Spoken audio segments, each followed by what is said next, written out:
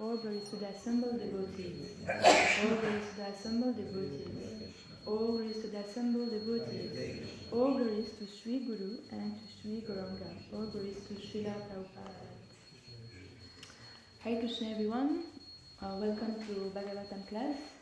So today we are reading from Canto 10, Chapter 8, verse 48, entitled Lord Krishna shows the universal form. Om Namo Bhagavate Vasudevaya. Om Namo Bhagavate Vasudevaya. Om Namo Bhagavate Vasudevaya. Om Namo Bhagavate Vasudevaya. Om Namo Bhagavate Vasudevaya. Om Namo Bhagavate Vasudevaya. Om Namo Bhagavate Vasudevaya. Om Namo Bhagavate Vasudevaya. Text 48. Shri Sukha Uvacha. Druno Vasuna Pravaro. Dharaya Bharyaya Saha. Karishyamana Desham. Ramanastam Uvachaha. Shri Shuka Uvacha. Drunova Shunam Pravaro. Dharaya Bharyaya Saha. Karishyamana Desham. Ramanastam Uvachaha. Shri Sukha Uvacha Drunova Sunam Pravaru Dharaya Bhayaya Saha Karishyamana Adeshan Brahmanastam Uvachaha. Please chant. Drunavasunam pravaro Dharaya Bharaya Saha Karishyamana Adeshan Brahmanastam Uvachaha.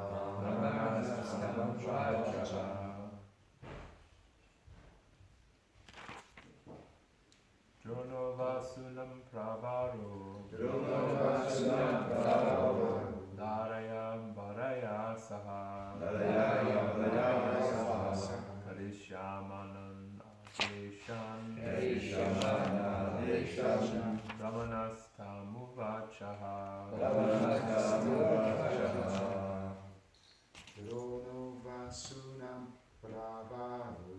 Dronovasunam pravaro Dharaya Bharaya Saha Karishyamana Adeshan Brahmanastam Uvachaha.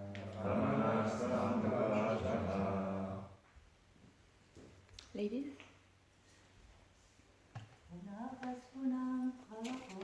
Dronovasunam pravaro Dharaya Bharaya Saha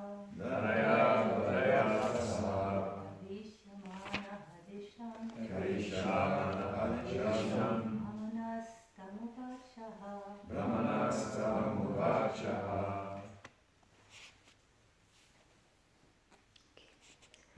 So it's really strange, but there is no purport on this version of Srimad Bhagavatam, but normally there is a purport, so I don't know why it's not appearing here. Word for word, Shri Sukha Uvacha, Shri Sukadev Goswami said, Dronaha, by the name Drona, Vasunam, of the 8 Vasus, a type of demigod. Pravaraha was the best. Dharaya, with Dhara.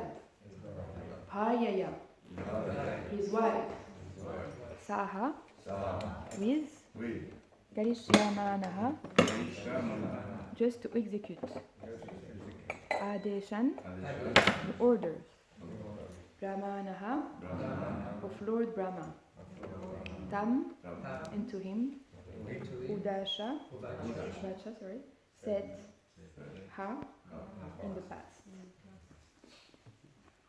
So I'm going to read from Vedabase because it's not, purport is not on the book. Mm-hmm. Sorry. Yeah, so I was saying that there is no purport on this book that I have. It's English, but normally there is a purport, so that's why I don't know, I'm confused.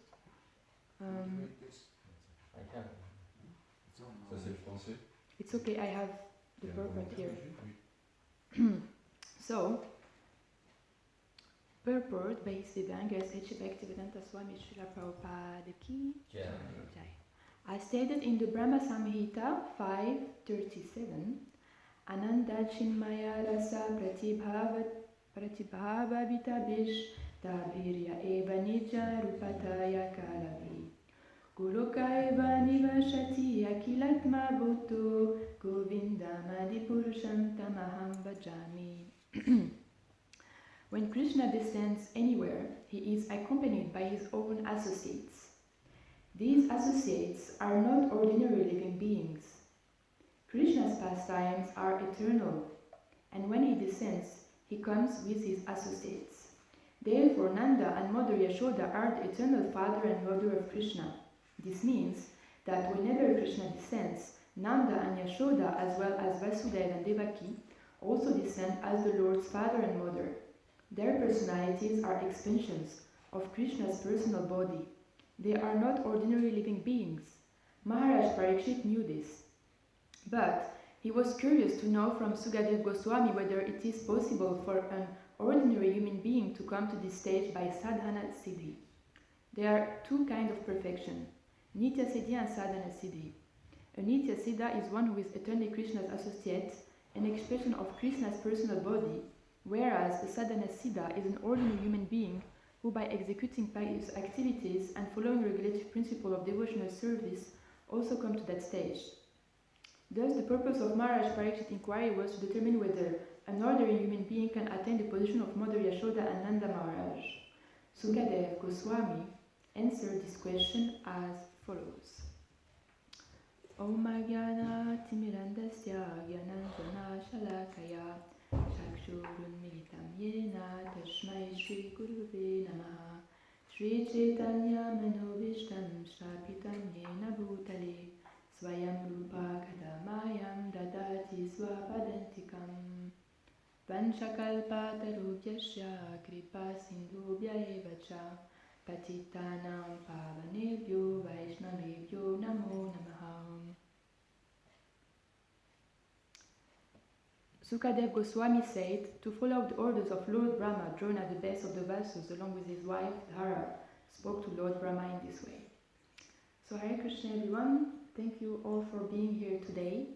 And my first time today to give a Srimad Bhagavatam class in New Mayapur.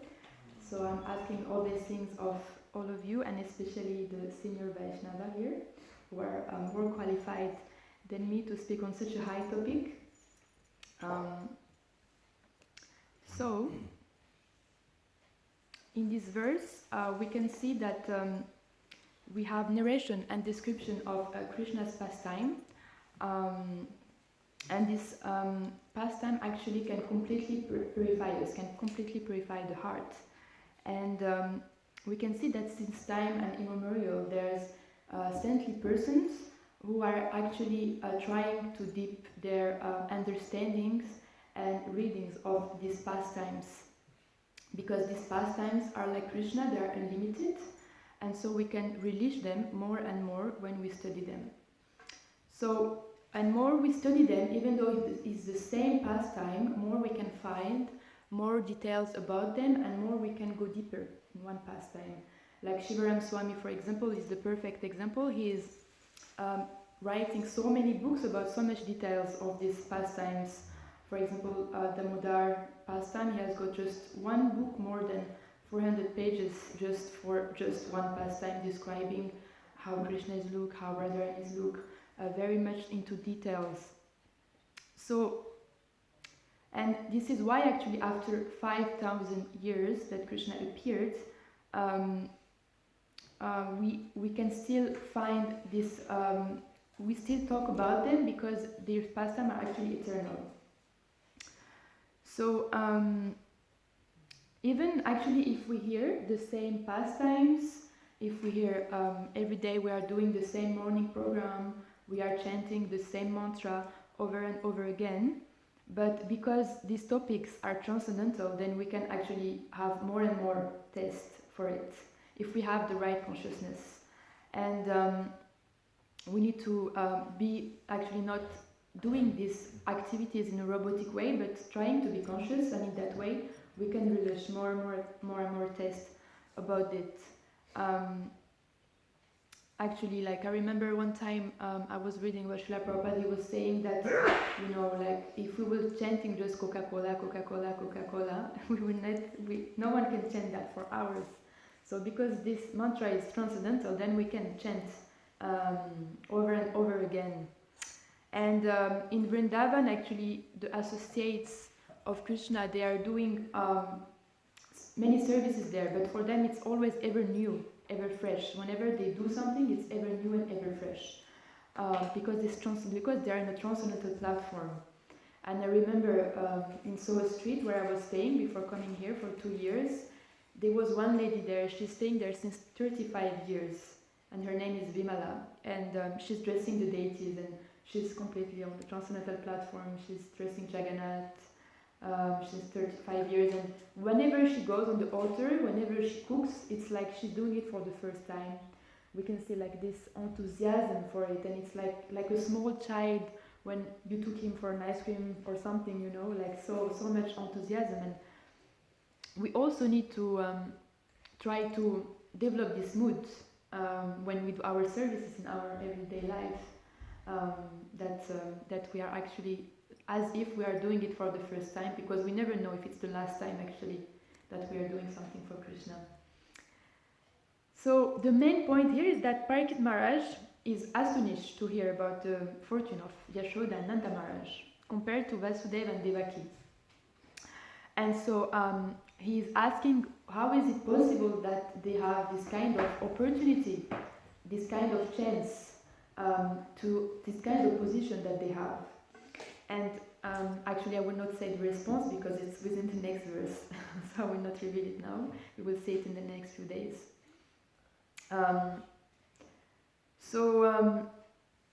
Rohini and Vasudeva, they were very fortunate, but they were not really able to live this pastime that Yashoda and Nanda Maharaj were able to live with Krishna. So we can see that actually there is different kind of relationship with Krishna.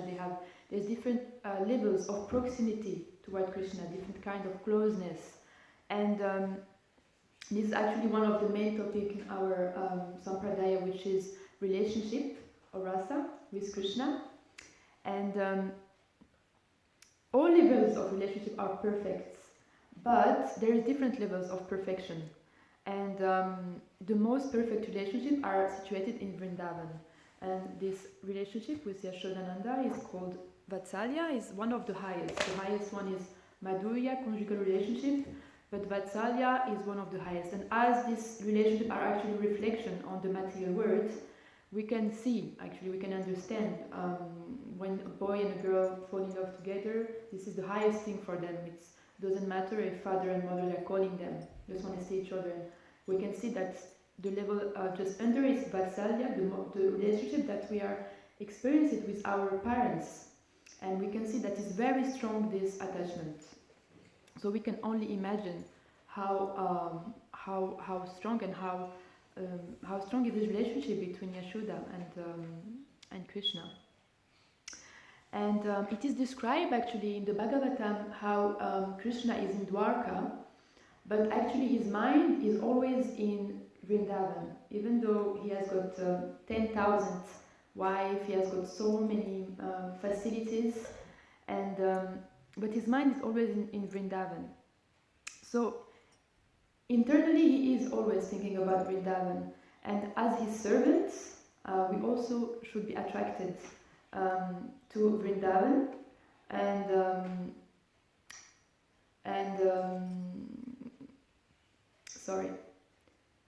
so that's why we actually seeing that the saints, they are glorifying these pastimes in Vrindavan over and over and over again, because they are eternal, and because Krishna's mind is always in Vrindavan, and so we are trying to develop as well this attraction to Vrindavan.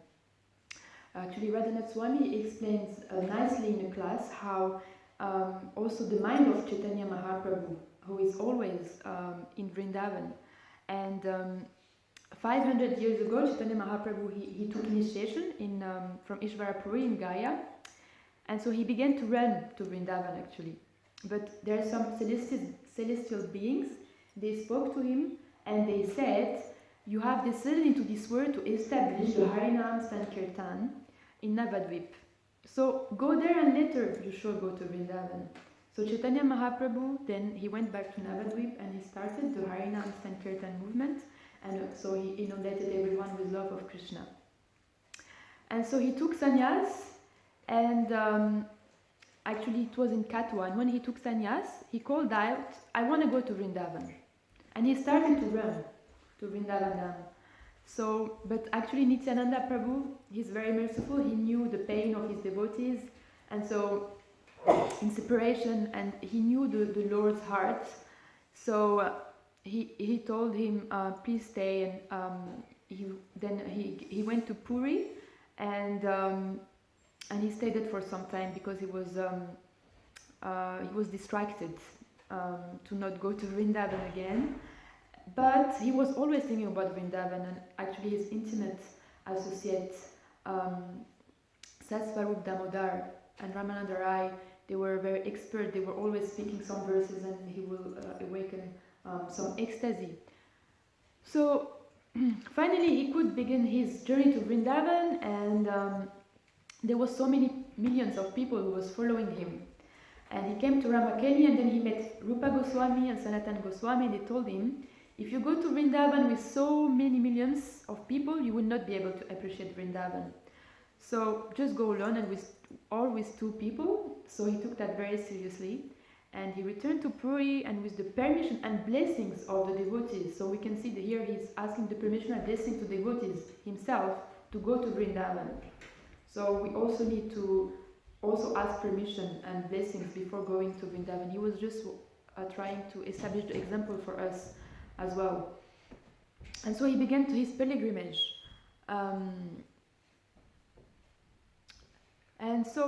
And then he could go to Vrindavan, and then he was in ecstatic love, and then he was described that he passed through the Jarikanda forest, and in that way, actually, everyone was in ecstasy. Whenever he was seeing an animal, snakes, elephant, insects, tigers, deers, trees, everyone was experiencing ecstatic love. So we are not on that level, of course, but we should know that this is the goal, and how we can also ask ourselves, how can I develop this attraction? And so we can ask ourselves, what is more dear to Krishna? How can I please Krishna to develop this attraction? And we know what is more dear to Krishna is Radharani. And how to please Radharani? We need to please Chaitanya Mahaprabhu. And how we please Chaitanya Mahaprabhu? We need to please Nityananda Prabhu. And how do we please Nityananda Prabhu? We need to please the spiritual master. In Bhagavad Gita it is said, Tadvidipanipadena pariprashena sevaya upadikshanti gyanas darshinaha. Just learn the truth by approaching a spiritual master, inquire from him, and render service into him. He will give you the truth because he has seen the truth. So, and if we don't have a guru, we don't have a spiritual master, then we can straight away take shelter of Srila Prabhupada, and we can try to understand Srila Prabhupada and what is pleasing to Srila Prabhupada actually. How can we please him? And when we read about Srila Prabhupada Lilamrita, when we watch his movie, we can see that actually everything what he's doing is preaching. He's preaching Krishna consciousness, and it's giving Krishna consciousness to others. And this is actually a main mission of Srila Prabhupada. When he wrote actually some purposes of ISKCON. So that's mean what is pleasing to him is actually in these 7 purposes of ISKCON, because he wanted that his disciples, the devotees, do this. And actually for all the mission, mainly the 4 first one, actually all of them, they are speaking about propagating Krishna consciousness. First one is to systematically propagate spiritual knowledge to society at large and educate all people in the techniques of spiritual life. Second, to propagate a Krishna consciousness as it reveals in the great scriptures. Third, to bring the members of the society together with each other and nearer to Krishna. Fourth, to teach and encourage the Sankirtan movement, congregational chanting of the holy name. So it's all about propagating Krishna consciousness, actually. But also another point, we can see that is actually very important, is to bring unity between devotees and between the members of Krishna consciousness. Because without unity, actually, we cannot do anything. If everyone is independent and wants to do his own thing without following authorities, then we cannot achieve any goals. But when the devotees are in unity and they are have the same goal and they are going there forward together, then we can achieve things and we can actually please Srila Prabhupada. So we can ask ourselves, how can I actually assist Srila Prabhupada? What can I do? Of course, Sankirtan involves everything. It involves from dressing to deities, into book distribution, cooking. Everything is Sankirtan at the end of the day. But we can broaden our vision and we can see in the place where we are, what can I do actually? What can I do more to please Srila Prabhupada? we need to actually go out a little bit of our comfort zone and see, okay, what can I do more to please Srila Prabhupada? Because it's how we're pleasing Krishna. When he sees that we are doing some endeavors, he is also pleased. So, for example, here we have volunteers program in New Mayapur, and it's very special souls that Krishna sent actually in this place, so that we can bring them closer to Srila Prabhupada, and also we can think, how can I participate into that, because we have this facility here, so we can maybe sometimes make effort and speak to them, just make friends with them, and this is actually also helping Srila Prabhupada by just doing something extra from our services in our daily services. And because actually we need to understand what is the mood in Goloka Vrindavan if you want to go there. The mood in Goloka Vrindavan is not about my own schedule, what I want to do, but it's about what Krishna wants me to do. And Krishna, he doesn't have a schedule. In Vrindavan, they don't have a schedule. It's whatever is pleasing to Krishna is 24-hour services. So if we want to go there, then we need to know, how can I go there? So we need to work for that. It's not just an easy task. Like people usually, we ask, they say, I want to go back to Godhead. But what does it mean actually to go back to Godhead? It means that we need to put efforts, that my service is not from 9 to 5 p.m. service and then that's it, and then I did my duty, and then I can go and do whatever I want.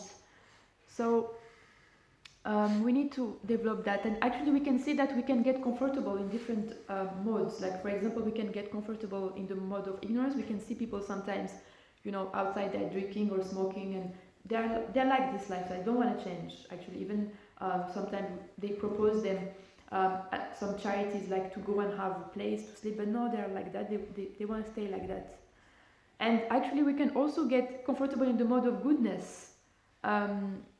That's mean having my own, sometimes having my bhajan kutir, my own reading, and my own peace in my room, and okay, and when we ask something, then don't disturb me, it's my peace, and yeah. So this is also danger. This is also we need to not fall into that that mode actually of just being relaxed, peaceful with my services, my thing, my reading, and if someone asks something, then actually it's taking me out of my zone of comfort.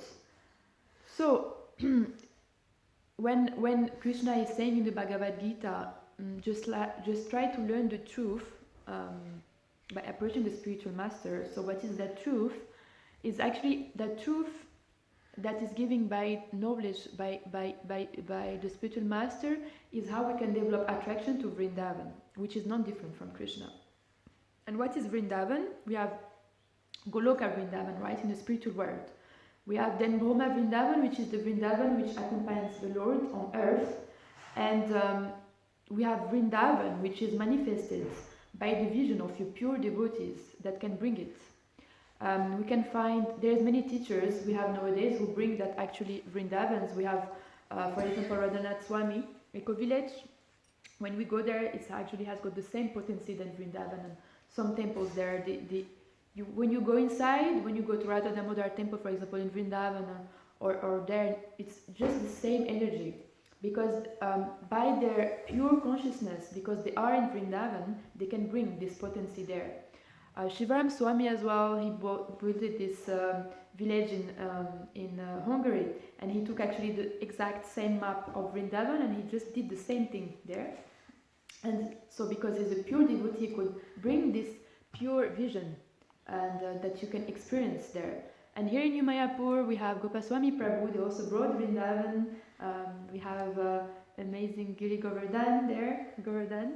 You can visit, and it's actually also when you do the Govardhan Parikram, it's the same than doing Govardhan Parikram in India. So actually, the secret to understand is that Vrindavan is not it's not a localization. It's actually a state of consciousness that we can develop. Actually, this Vrindavan, we can develop it in any place where Srila Prabhupada is by following his instruction. Remember one story of one devotee. He was in Krishna Balaram temple, And he cooked for many years there, more than 40 years. He was cooking for the deities. And everyone, they will tell him, oh, let's go to Radhakund, let's go visit there. And he will never go out from Krishna Bharan temple. He will never go out. And one day at the end of his life, he could not cook anymore. He was not able to, because he had back problems, because in the kitchen in Krishna Bharan temple, it's not like facilities of here. You need to bend very much to cook. So he was always bending, and his back became like this as well. And so then he could not cook anymore, so he was just doing this service of serving Charinamrita to everyone. It was his service every day he would be here at the same time. And this service, he was doing it with so much love and so much attention, how he was giving this Charinamrita. And one day he just said that actually I don't need to go anywhere, because here is Vrindavan, Radhakund is here, all the places are here in Krishna Bharan temple, because Prabhupada put them there. So actually by doing services, this Vrindavan consciousness can evolve, and that these pastimes of Krishna, they are not, it's not that they are in Vrindavan in India, of course they are there, but can be manifested wherever we have Krishna. Here can be manifested Vrindavan as well, if we are doing service, devotional service under the instruction of our spiritual master and following his instruction, which is pure devotional service if we attain that state. So this is actually the spiritual vision. And it's actually, we need to ask ourselves, how can we develop this spiritual vision? How can we develop this Vrindavan consciousness? How can I do that? If I say tomorrow, there's a plane in front of the castle, and in that plane, they tell you, let's go to Goloka Vrindavan now, that means now you cannot take any clothes with you, you don't go to take your coat, your passport, you just go inside. What would you say? And we need to think, because if we have attachment, we cannot take this plane. We'll think, oh, I have my husband, or I have my mother, oh, but I didn't take care about this, I didn't take care about that. I have my services there, I cannot go there. I have something to do, So we need to think in that way. Actually, are we really are we really ready? Do we have any attachment?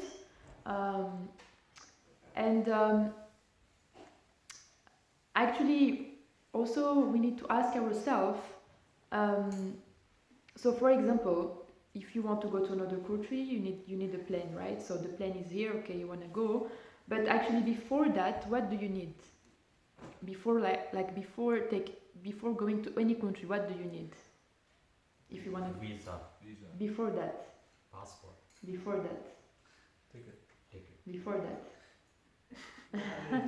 Embassy. You have to plan what you're going to do there. Climb? Planning. Planning, but before planning, what is it? What we need to have? Desire. Sorry? Desire. Desire, exactly. So we need to have the desire, actually, because if we don't have a desire to go there, then we cannot go. Even if we have a visa, we have everything, we cannot go there. So actually this desire we need to develop, and to go there we need not just desire, it's really strong desire, it's greediness, it's really very strong desire together, otherwise we cannot go there. And how can we develop this strong desire that I really want to go, I really want to be with Krishna? How can I develop this desire that I really want to develop this consciousness? It's actually, for example, if you have someone comes, some people, they go to Africa, the first people went to Africa, and they say, they started to talk about Europe, and African people, they don't know about Europe. And there, because he was speaking so much about Europe, and they were seeing all the pictures of Google about Europe, then they want to go to Europe, right? So in the same time, it's the same way for Vrindavan, for developing this consciousness of Vrindavan. If we read the scriptures, if we see the pictures, actually Prabhupada said that the pictures are like windows to the spiritual world. Then we develop automatically this attraction to go to Vrindavan, because we are hearing of this pastime, or we're hearing scripture, Srimad Bhagavatam, we are hearing over and over again, and so these desires grows into the hearts, right? But if we don't hear, then how can we develop any desire? This is common sense, so we cannot develop any desire for that. And there was actually a study in America that they do, and they were displaying so many cakes, like in a coffee shop. It was one Mataji who gave class, actually, who gave this example here. And actually because they were very fat, the employees of this company, so they were thinking, why they are so fat, these employees? We need to make a research. So they wanted to continue to make the research, and then they were seeing that actually there was a display of so many cakes, right? So they decided that actually we're gonna take away these cakes and we see.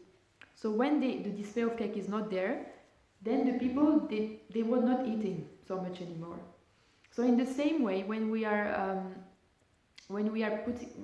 putting ourselves in a situation that we hear and read about the pastime, then we are putting ourselves in a situation that the desire grows, because we are displaying ourselves as well.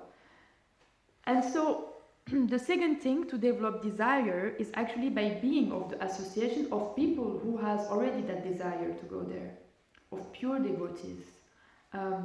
So if we are associating with people who are just attracted by material things, and then we just gonna develop desires for material things. This makes sense. Like in the high school, when you go, people, they have some groups, and according to the group in the high school, they are attracted to the same thing, right? And even have the same language. And it's the same thing with Krishna consciousness. If you associate with people who only want material gratification, sense gratification, then you will also develop that. But when you associate with people who want to advance in Krishna consciousness, and who wants to read, and who wants to hear about Krishna, and then you also gonna develop these desires automatically, and especially about pure devotees. So here, for example, in New Mayapur, we have so many pure devotees coming and over again, especially in summer. So we need to take advantage of that, and we need to seek for association. We need to endeavor for it. It's not like Krishna is giving it just like this. We need also to have the desire. There is actually one story of one devotee who was in the bank in the river, and he was very sincere, and he was meditating on Krishna for so many years, and he was doing tapasya. And then at some point, after many years, he got frustrated, and he said, why I'm not seeing Krishna? Why I'm doing wrong? I've been meditating on Krishna for so many... And he went to see his guru actually to ask this. And so his guru, because he was meditating on the bank of the river, he said, come with me. And he took him to the bank of the river, and he put his head in the water. And then he put his head out. And then he said, so... and he was like shocked, And he said, what were you thinking about? And he was... But Maharaj, why did you do that to me? What do you think I was thinking about? How can I go out from here? How can I breathe? And so he responded to him. So actually, when you have the same desire that you want to go out from the water, that you want to that for Krishna, then you can see Krishna. So that same desire when you are in the water, that you cannot breathe anymore, that you want to go out from this water, the same desire we need to have actually for Krishna. Then this is how we can start to be Krishna conscious actually. So how can we actually, after the association, so we said association, we said desire, but how can we, even if we have desire actually, we need to purify ourselves, because it's like I say to you, it's like, if you go to a dirty place, right?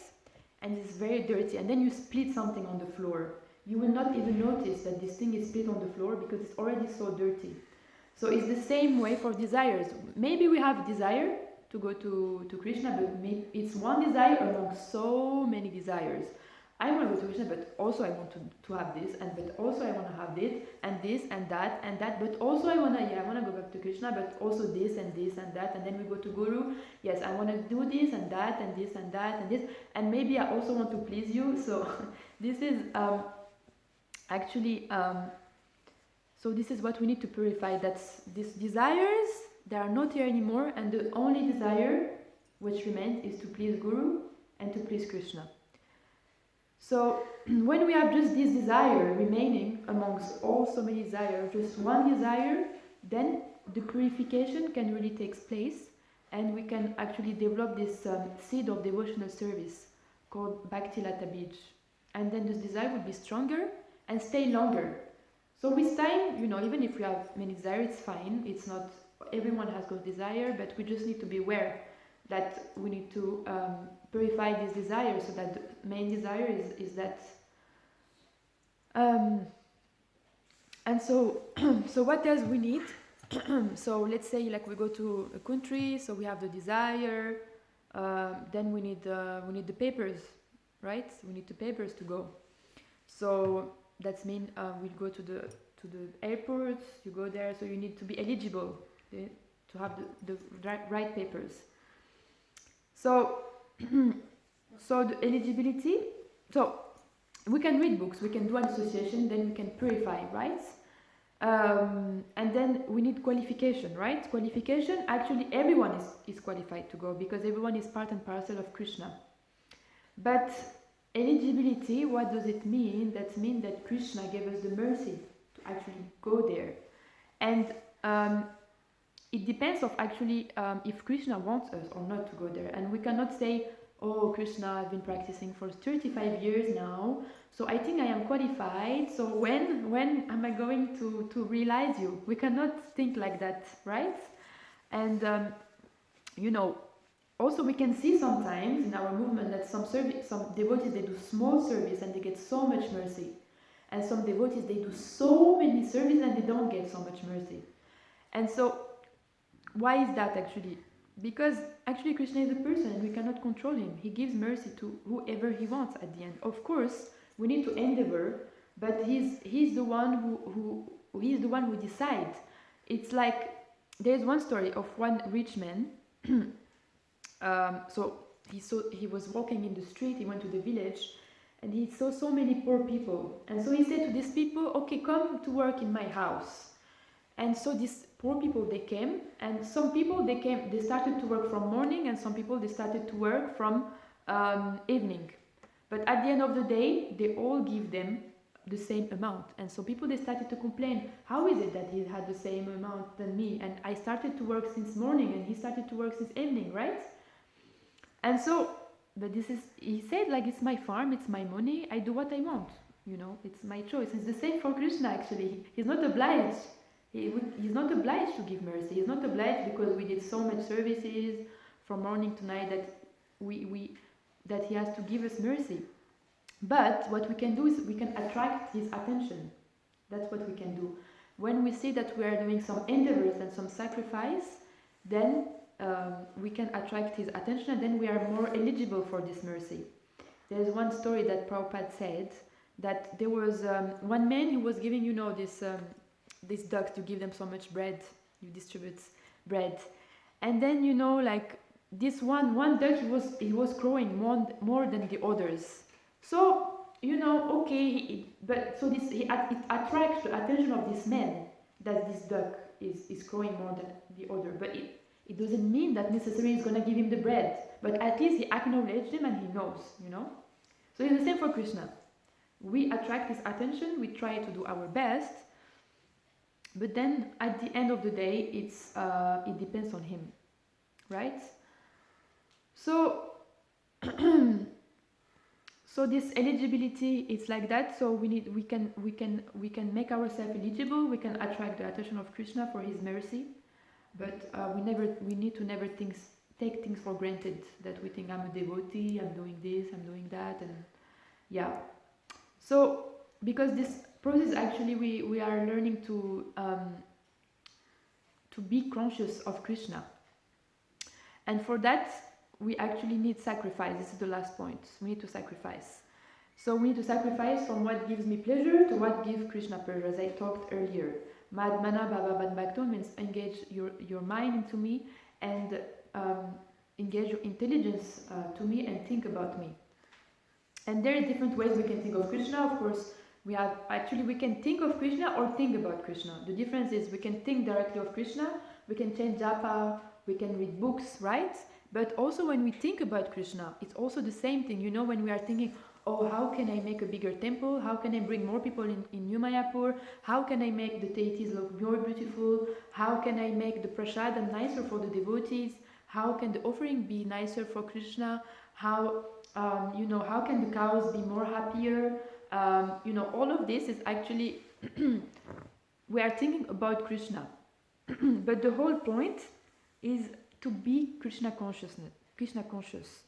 So that's the goal that we need to not forget. And the idea is actually that more we think about him, more we think of him, then more we become absorbed, and then more we have chance that end of life we come back to him.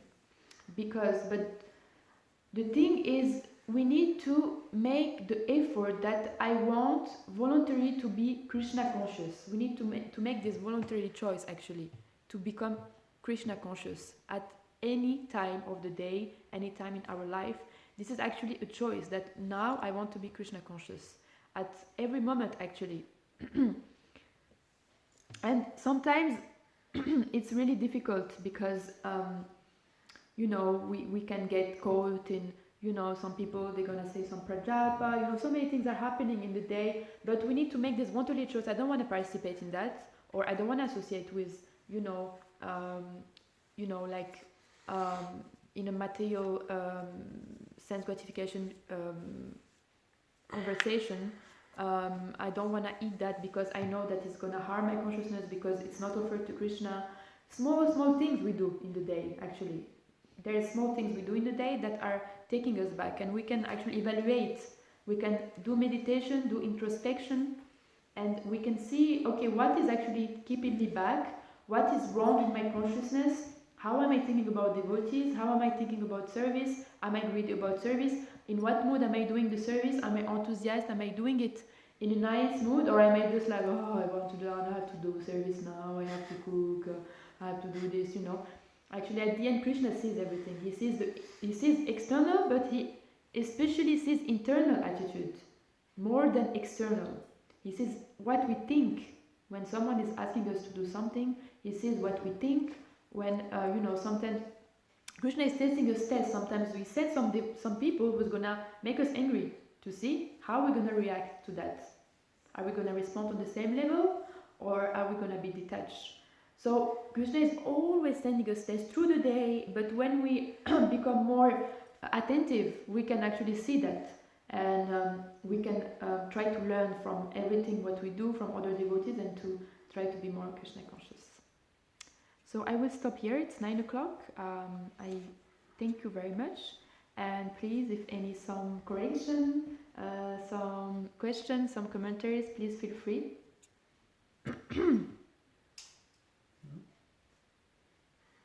Yes. How can we encourage French people, to come to the temple if we give classes in English? Bhagavatam classes in English, and those people, they cannot understand it. How can we progress? This is not correct what you're saying, because if there is French people, we give class in French. This is not related to the class what she's saying. If there is French people, the class always given in French. There's everybody speaks English here. Yes, but outside, I have a friend in south of France who tried to, to listen to classes, and he does not speak English. So, what can he do? There's no translation, and, how can he progress himself? I think this question can be directed to the management of the temple. I'm not qualified. You can speak this not on the class time, Okay, but she advocates, to bring people, in this class. She advocated, how can what can we do, to bring people, So I just, I'm thinking about this friend, who's living in south of France. He came here from Balaram, many times, and he came to Yataratra, and I called him yesterday and give some books, the place he lives. Yeah. So, himself he's doing some efforts, to transmit Krishna consciousness, So, it's just a question, I don't want to make any trouble, just a question. Yes, we can see how, maybe some translation, because I know here that when there is French speaker, we have a translation at the back, usually. And I know that some speakers, they find it difficult to speak and have a translator next to them. And so I don't know, this needs to be discussed, but it's a good idea, but it's need maybe to be discussed and see. Maybe I think what can be done if even if you are available or anyone else, some people can take the classes and put transcription, under the person who speaks. You can put the text there. It's actually a great service, which is needed actually. So yeah, if you are available, you can also do. Yeah. When I was in Mayapur, Johnny Bass and Pamela Jangri would give Bhagavata class in the evening, and he speak English, and then there will always be a Bengali interpreter next to him. Always. Yeah. That's how they get around it. And there's no problem. Anything else? Oh, thank you very much for your lovely class. Thank you. Really appreciate it. You such a young devotee and gave so much insight into how to deal with desire. And you came up with some beautiful examples as well. Especially you made us think about this traveling to other country and then what you need before you got to the desire part. So yeah, desire is always hard because you are attached to material things. Yet, like you mentioned that you have that direction of going back to Godhead. That's what you want to do. But when you're in a material world, because you live either a grahastha life or even sannyas life or brahmachari life, you have some sort of desire, and that's always there right until the end. Even the little desire, like this type of prasad or this type of food. So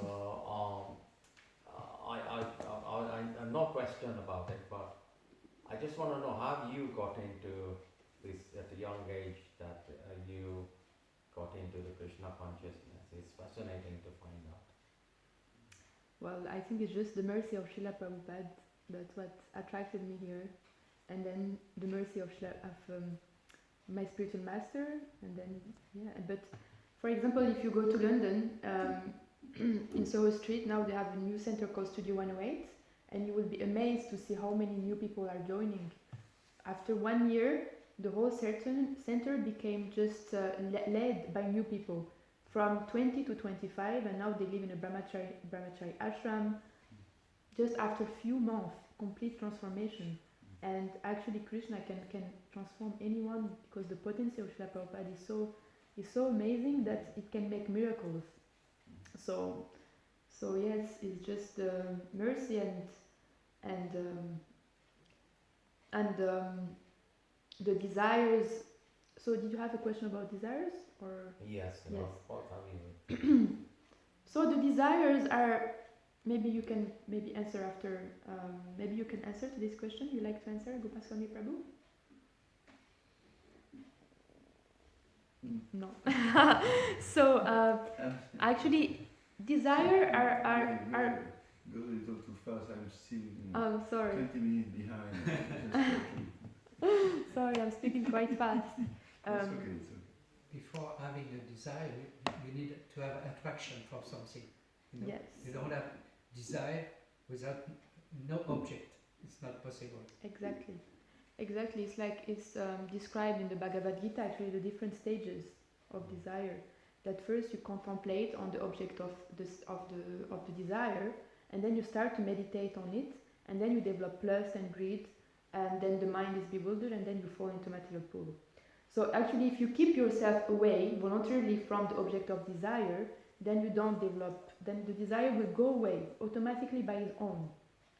It's really working like that. Like, let's say you wanna stop chocolate, right? If you if you associate with people who eat chocolate, and if you go walking and look at the shops where chocolate, you cannot get rid of the desire. But if you associate with people who doesn't eat chocolate, and if you put yourself in a place, in an environment where there is no chocolate, and you avoid to your vision and your mind to be attracted to that, then automatically the desire will go away, because desire are coming and going. They are like waves of the sea. This like come, and the mind thinks about it, and then it goes, And but ultimately, the desire also, some desires can be engaged in Krishna consciousness. Like for example, some people, they wanna have a husband or wife, and at the beginning they think, oh, it's a material desire, but actually no, it's not. It's just if you're doing in a Krishna conscious way, then the spiritual desire and it gets purified. Or let's say you like to you like to sing, you like to build houses.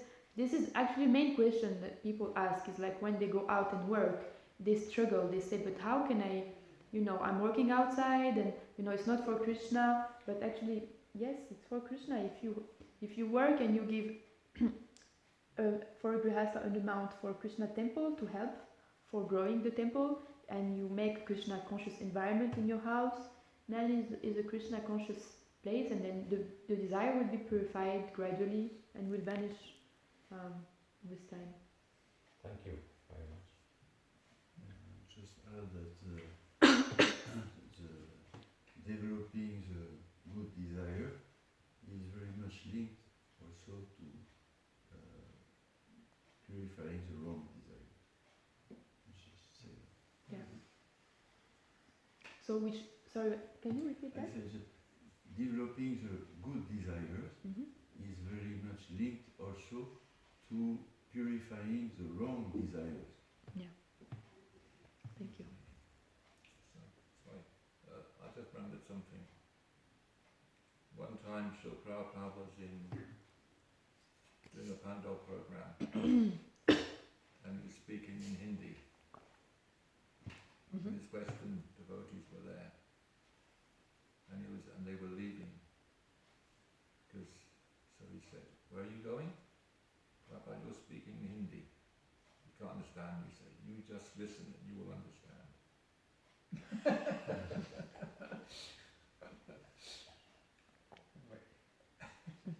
Thank you. Anything else? Okay, so we have to discriminate, our desire. We have to discriminate to see what kind of desires we have, different desires, and one who can bring you to Krishna quickly and evacuate all the others' desires, because they're not good, Ultimately, the only desire is like, it's the last verse of Shishishtaktakam. It's like, Krishna, you just do whatever you want with me. You can hand of me roughly by your embrace, by not presenting yourself in front of me, or not. So, the desire is just to please Krishna. That's the ultimate desire, and that we know through the spiritual master. But for that, we need a spiritual master.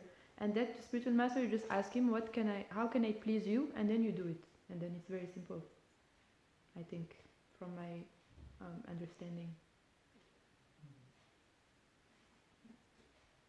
Is there anything else?